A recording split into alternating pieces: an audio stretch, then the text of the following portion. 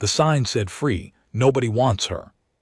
She was chained to a market pole on a station 300 light-years from Earth, surrounded by merchants who wouldn't even look at her, customers who stepped around her like she was broken furniture, and she was looking straight at him, not begging, not crying, just watching with those enormous silver eyes, like she already knew exactly what he was going to do.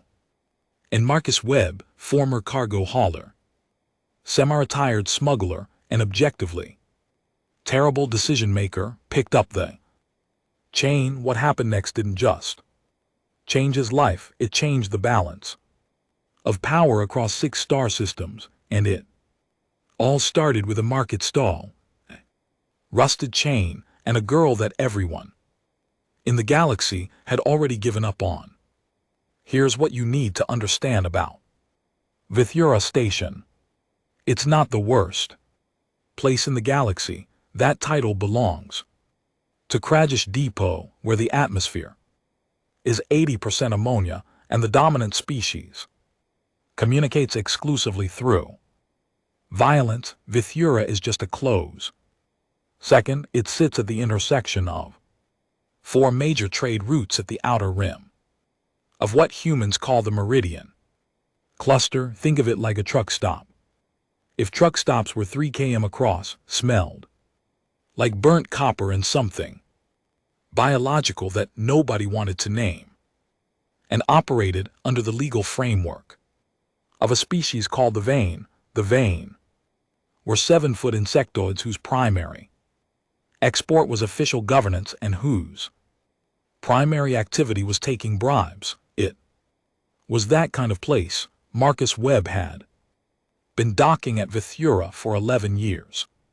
He'd been running cargo from the Meridian out to the outer settlements since Earth's first contact with the Galactic Dominion about 30 years before this story takes place. Humanity had been a full member of the Dominion for 9 of those years, member meaning they'd signed the treaty, paid the membership fee, and been assigned a rank in the galactic hierarchy. That rank, second from the bottom, above bacteria, below everyone else. The Dominion was not a kind institution, it was a meritocracy, but the merit was measured in centuries of civilization, fleet size, and biological processing power.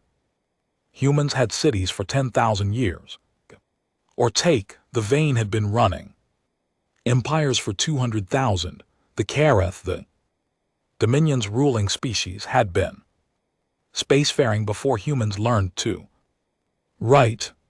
So Earth showed up, enthusiastic and optimistic, and was handed a small corner of the map and told to be grateful. Most humans on Vithura Station were doing exactly that, keeping their heads down, working their roots, not making trouble. Marcus was mostly the same, except for a persistent streak of stubbornness he'd inherited from his mother and absolutely refused to treat as a character flaw. He was on his way to pick up a parts manifest for his ship, the Persistence, a mid-range hauler with a broken secondary thruster and about 40,000 credits of unresolved debt, when he turned a corner in the station's lower market district and stopped walking, because in the middle of a crowd of maybe 200 beings from a dozen different species, surrounded by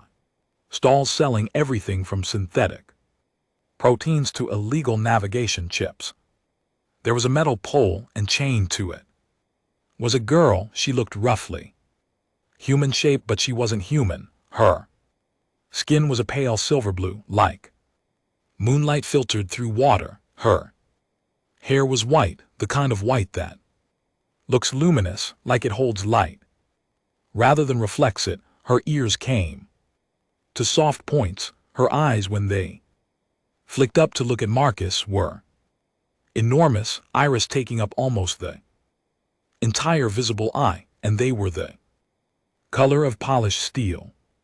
She was dressed in rags, not metaphorical rags, actual. Torn fabric that might have been clothing once. She was thin in the way. That means not enough food, not the way. That means anything else. The chain around her wrist was old and corroded, but still functional, and it was bolted to the pole with a lock that had clearly been there for a while, then, and the sign, handwritten in galactic standard. The trade language every dominion species used: free, nobody wants her. Take her if you can. Now here's what nobody at that market was going to tell Marcus. In fact, it's what nobody who knew the truth was willing to say out loud. She wasn't worthless. She was the single most dangerous acquisition in that entire station, and every species that walked past her already knew it. They just weren't going to be the one to say it. Her name, he'd learned this later, was Sia, and she was Ethrin. The Ethrin were a species that almost nobody in the current galactic era had met, because the Ethrin were supposed to be extinct. They'd been a spacefaring civilization before the Karath, which made them ancient in the way that makes other ancient things feel new. They'd seeded technologies across 6 star clusters. They'd built things that the current Dominion still used and didn't fully understand. And then 2,000 years ago, the Karath had gone to war with them, not because the Ethrin had attacked anyone, not because they were dangerous or aggressive, quite the opposite. The Karath went to war with them because the Ethrin had something the Karath wanted and couldn't replicate. The Ethrin was psychically reactive, not telepathic, not in the science fiction sense. They didn't read minds or project thoughts across rooms. What they did was subtler and ultimately far more threatening to any civilization built on hierarchy and control. They amplified intent. When an Ethrin was present and emotionally engaged with a person, they had an unconscious biological effect on that person's decision-making, not mind control, not suggestion. What it actually did was remove the filters, the cognitive barriers that every thinking being uses to suppress their true motivations. Self-serving calculation. And GT clears throat. And GT, the careful political positioning, the social mask, all of it became harder to maintain. People around an Ethrin stopped pretending. They acted on what they actually wanted, in a meritocracy built on careful deception and political maneuvering that was extinction level dangerous. So the Karath wiped them out, all of them, or so they thought. 2,000 years of being hunted down, species by species, cell by cell. The last confirmed Ethrin sighting had been over a century ago. Sarah, it turned out, was not confirmed. She'd been found as an infant in the wreckage of a derelict ship. Nobody knew which one. Nobody asked, and passed from hand to hand across the outer rim. For the last 18 years of her life, she'd been a curiosity, a pet, a servant, a thing passed along when she became inconvenient. Everyone who held her long enough started to behave in ways they couldn't explain and didn't like. They made choices based on what they actually valued instead of what was strategically optimal. They picked fights they were supposed to lose quietly. They told truths they were supposed to swallow. They stopped calculating and started feeling. One by one, they gave her away. The current sign wasn't the first, it was the 4th, and it had been up for 3 days. Marcus didn't know any of this when he picked up the chain, and that's the part that matters more than anything else in the story, because if he had known, he might have made the safe choice, but humans, as the Dominion, would eventually document in very official and very frustrated records, have a persistent and deeply inconvenient problem with safe choices. He stood there for 45 seconds. He counted later. He wasn't sure why he counted, but he did. In those 45 seconds, he watched 17 different beings walk past her. 2 stopped to read the sign. 1 laughed, a wet clicking sound that Marcus had learned was the Vina equivalent of contempt. Nobody picked up the chain. He looked at her again. She was still watching him, not with hope.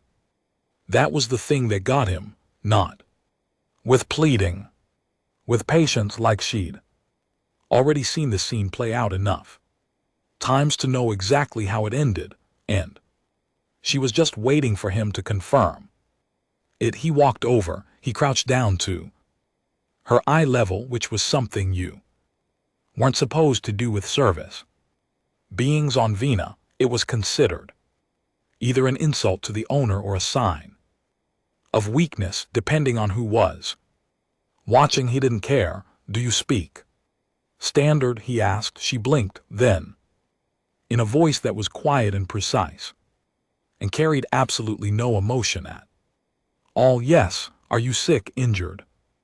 No. Why is the sign up? Long pause. Those silver eyes held steady. Because I am inconvenient. Marcus looked at the chain, looked at the sign, looked back at her. Okay, he said. I'm Marcus. My ship is terrible.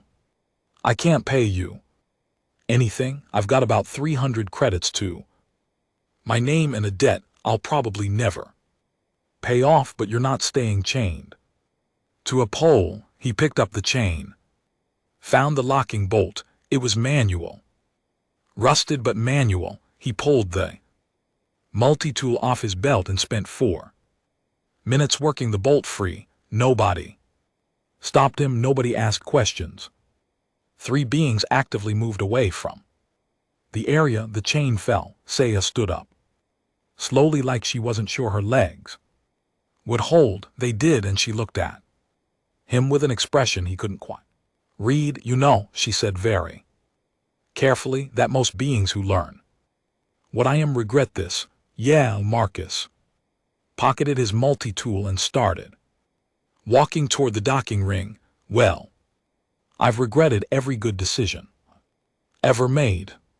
Doesn't seem like a good reason not to make them. He didn't look back. After 2 seconds, he heard footsteps behind him. The Persistence was a modified Kareth class Type 7 freighter, which meant it had been built for a species significantly larger than humans. The ceilings were too high. The corridor grips were spaced for Kareth arms, about 6 and too far apart for human reach. The original life support systems had been calibrated for Kareth atmospheric preferences, which meant it was chronically slightly too cold and slightly too dry. Marcus had bought it used and barely modified it because modifications cost money he didn't have. It was home, though, cluttered and cold. And home. He gave Saya the second bunk in the crew quarters, meant for a co-pilot he'd never been able to afford, and told her the ship rules, which were: don't touch the nav console without permission, don't open the cargo bay when they were in transit, and if the proximity alarm went off, get to the emergency pod without asking why. She listened to all 3 rules seriously, nodded, and then asked if she could assist with the secondary thruster calibration, because from what she'd seen of the engine output on the docking monitor, it was running at about 62% efficiency, and she could probably bring it to 90. Marcus stared at her. You know, propulsion systems. Previous owner ran a repair depot, she said. I paid attention. That was the first The second thing happened during their first cargo run out to a settlement colony called Reach 3 days. Transit from Vithara, he'd taken a contract to haul medical fabrication units, legal, clean, good rate. Halfway through the run, he found himself in the ship's small galley sitting across from Saya while she ate the least complaining meal he'd ever watched anyone eat, and he started talking, not small talk, not the careful surface-level conversation he'd perfected over 11 years of being professionally alone, real talking. He told her about the debt, how it had started as a loan for a cargo loss 7 years ago, and how the interest structure the vain brokers used made it essentially permanent. He told her about the contract he'd been offered 2 years ago that would have cleared the debt in one run, running stolen medical data from a Karath lab to a black market buyer. He turned it down. He still didn't fully understand why, because the money would have fixed everything. Saya listened to all of it, then she said very quietly, "You turned it down because someone would have been hurt by that data reaching the buyer, not in a traceable way, but you knew." He opened his mouth to argue, then he closed it, because she was right and he'd never actually let himself say it that plainly. "I do that," she said. It wasn't an apology, just a statement. "You should know it becomes more pronounced with extended exposure. I cannot make you do anything you don't already want to do, but I make it harder to pretend you don't want it." Marcus sat with that for a while, then he said, "Is that why everyone gives you away? Every owner I've had," she said, "eventually had to face something about themselves they'd been very carefully not facing. Some of them were doing things they'd convinced themselves were necessary. When those convictions became harder to maintain," she gestured at the chain mark still faint on her wrist, "it became easier to remove the source of the discomfort. That's a very polite way to describe abandonment." She looked at him with those silver eyes. "I've had time to develop polite descriptions." And Marcus drank his terrible instant coffee and looked out at the star field through the galley porthole. "Doesn't work on me," he said. "I already know I'm making bad decisions." Clears throat. "I've just made peace with it." She looked at him for a long moment, then something happened in her expression that he'd later describe as the first time he saw her actually surprised. "You might," she said carefully, "be the most unusual being I have ever encountered, but for 3 months nothing dramatic happened. Marcus ran his routes, Sia fixed his ship, she'd been underselling herself. The persistence was running at 98%. Efficiency within 6 weeks, she was learning the cargo manifests, flagging price discrepancies in the broker contracts, and quietly tripling his profit margins.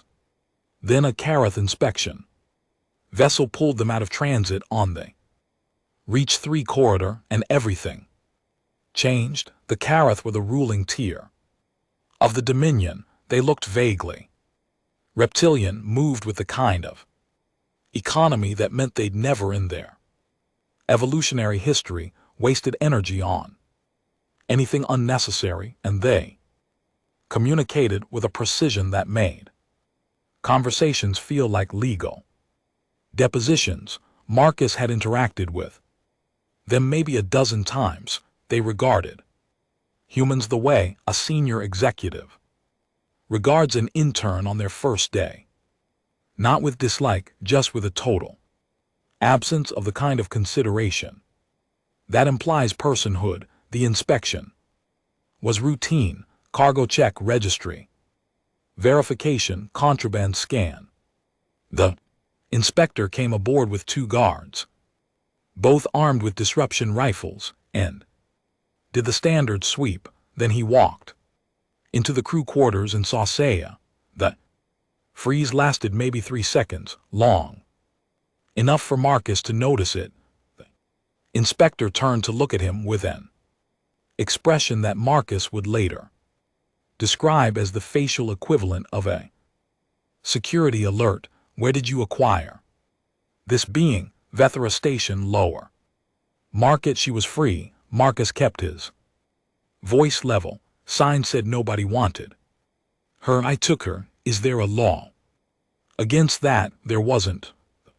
Dominion had very clear law on free abandoned beings. Once a being was publicly released with no owner registry, acquisition by any party was legal. The inspector knew this.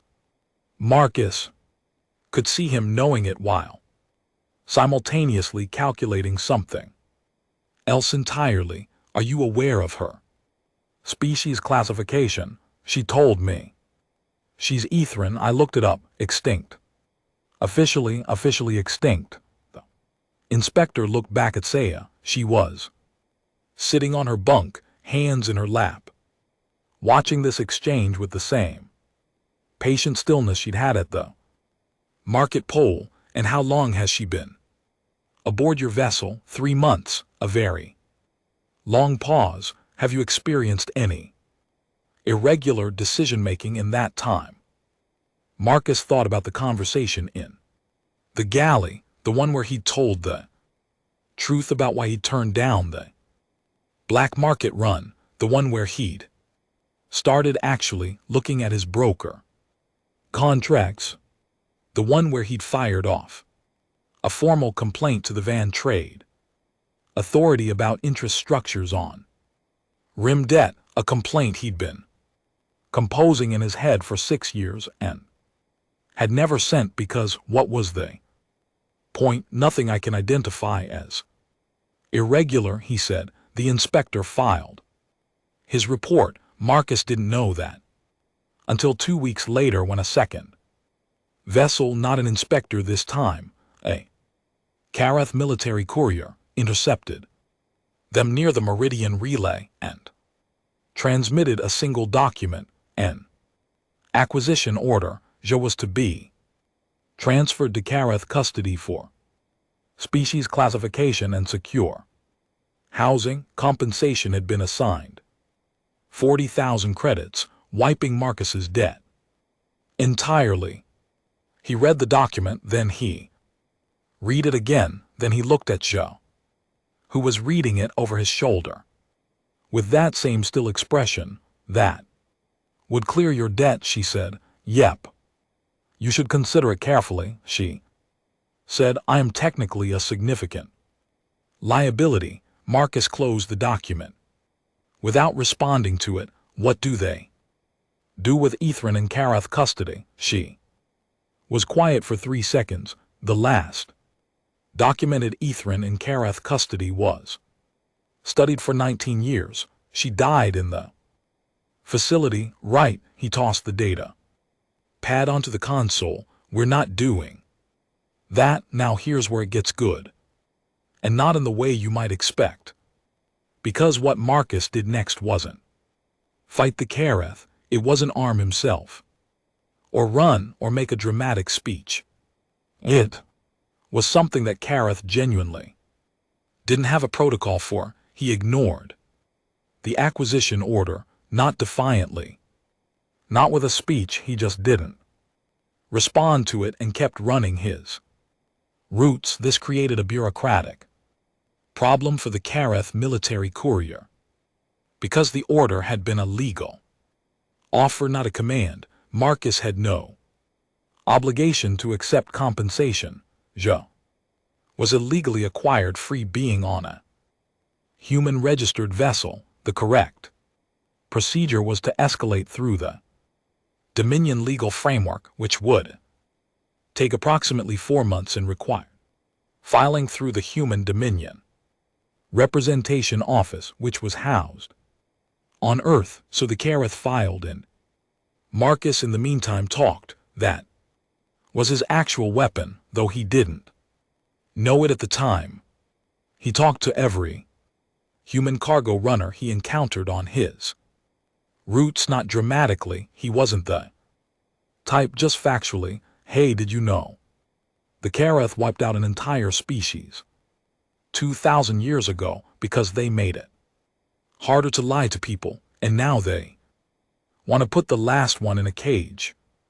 Conversations at docking rings, in rest stations, over comm channels during long transits. He sent the formal complaint to the Vane Trade Authority, the one he'd been sitting on for 6 years. Saya helped him write it. It was extremely well documented. The Vane assigned it to review, which meant it would take years to resolve, except that it was well documented enough that 3 other human runners saw it in the public register and filed supporting complaints the same week.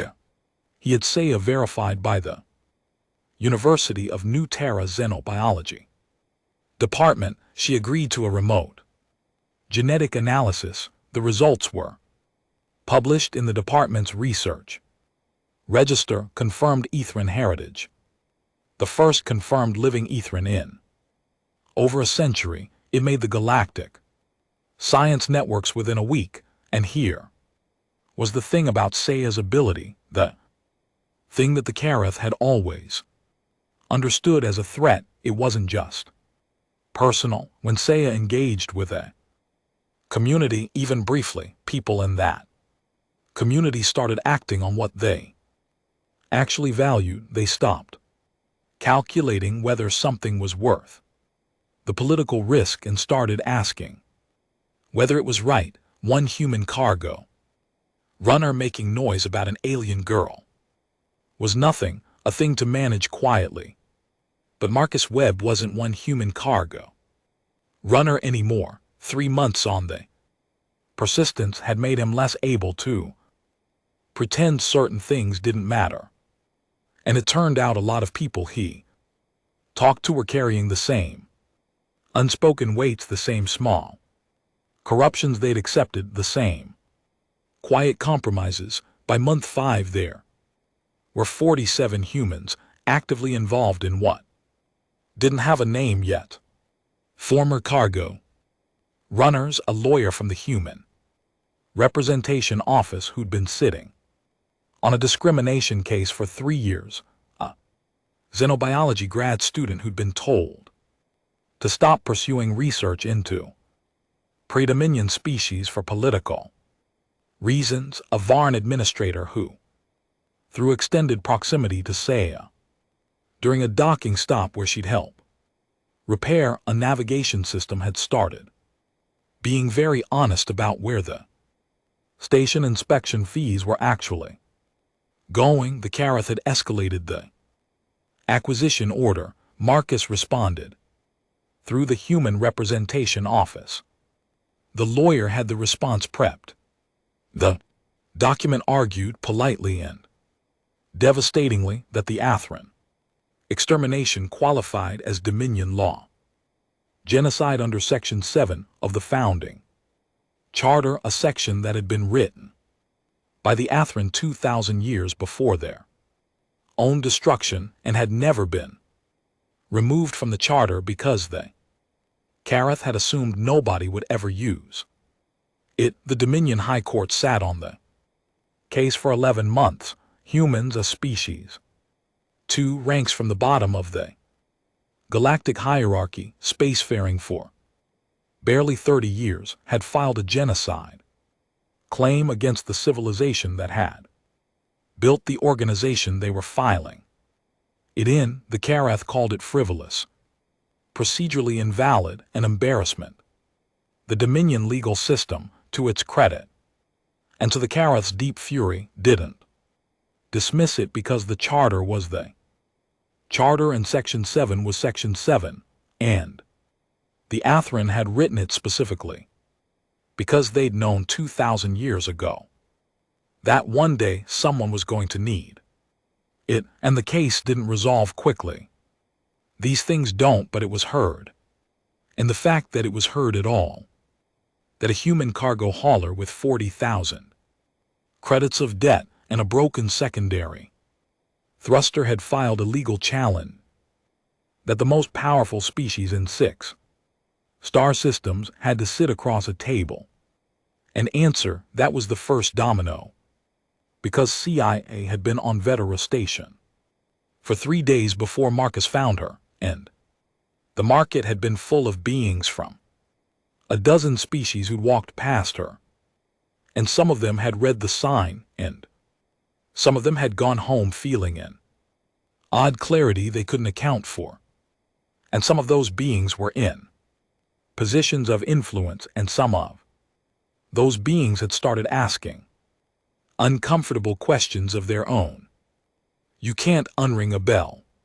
Marcus Webb got his debt cleared eventually, not from the acquisition payment, from a cargo consulting contract with the University of New Terra's new xenobiology program, which had become very well funded after publishing the first confirmed living Ethrin research. CIA served as a voluntary research partner. She insisted on the voluntary part in writing. She stayed on the persistence. He didn't ask her to. She didn't explain why. Some things don't need explaining. The Karath called the whole thing a destabilizing influence and submitted 3 formal complaints to the Human Representation Office. The office noted the complaints and responded that they would be reviewed in due course.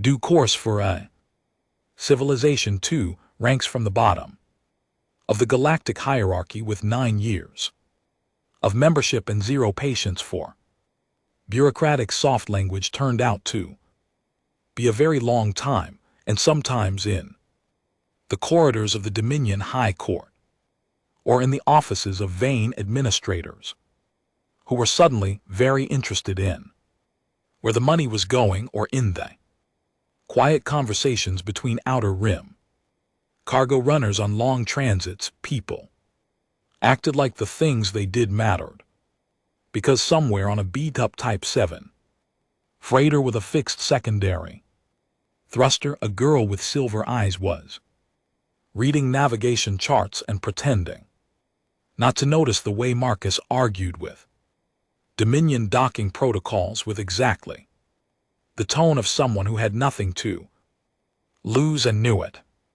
And that, in the end, was all it took. Not an army, not a fleet, not a war. One man who picked up a chain, one girl who was tired of being given away, and the completely radical, galaxy destabilizing idea that people shouldn't be left chained to poles. That's the story. If you want more stories like this, where the underdog doesn't win with firepower, they win with the one thing the powerful never see coming, hit subscribe. We drop new HFY stories twice a week, and if you want to go deeper right now, click the video on screen. It's about a human crew that gets captured by the most advanced empire in the galaxy and accidentally starts a revolution by being annoyingly unwilling to act like prisoners. I'll see you in the next one.